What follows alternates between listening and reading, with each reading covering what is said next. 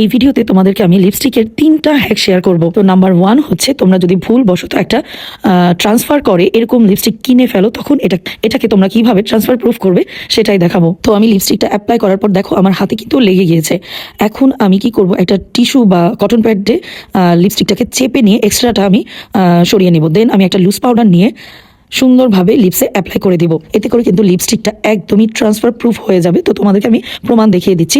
দেখো আমি হাতে লাগালাম, কিন্তু লিপস্টিকটা একদমই লাগে নাই। নাম্বার 2 হচ্ছে, তোমরা যদি একটু পাউডারি টাইপ লিপস্টিক লাগাতে চাও, তখন তোমরা দুই ঠোঁটকে চেপে ধরে দেন তোমরা একটা ডার্ক কালারের লিপ লাইনার লাগিয়ে নেবে। লিপ লাইনারটা লাগানোর পর তোমরা হাত দিয়ে স্মাচ করে দিবে।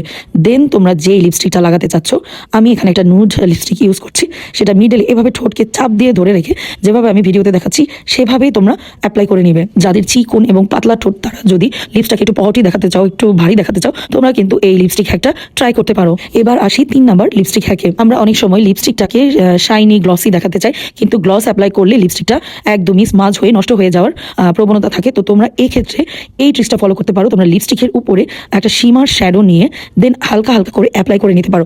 এতে করে কিন্তু তোমাদের লিপস্টিকটা শাইনি লাগবে। লিপস্টিকের এই 3টা হ্যাক তোমাদের কাছে কেমন লাগলো অবশ্যই কিন্তু তোমরা কমেন্ট করে জানিও। আর ভিডিওটি ভালো লাগলে অবশ্যই শেয়ার করে দিও।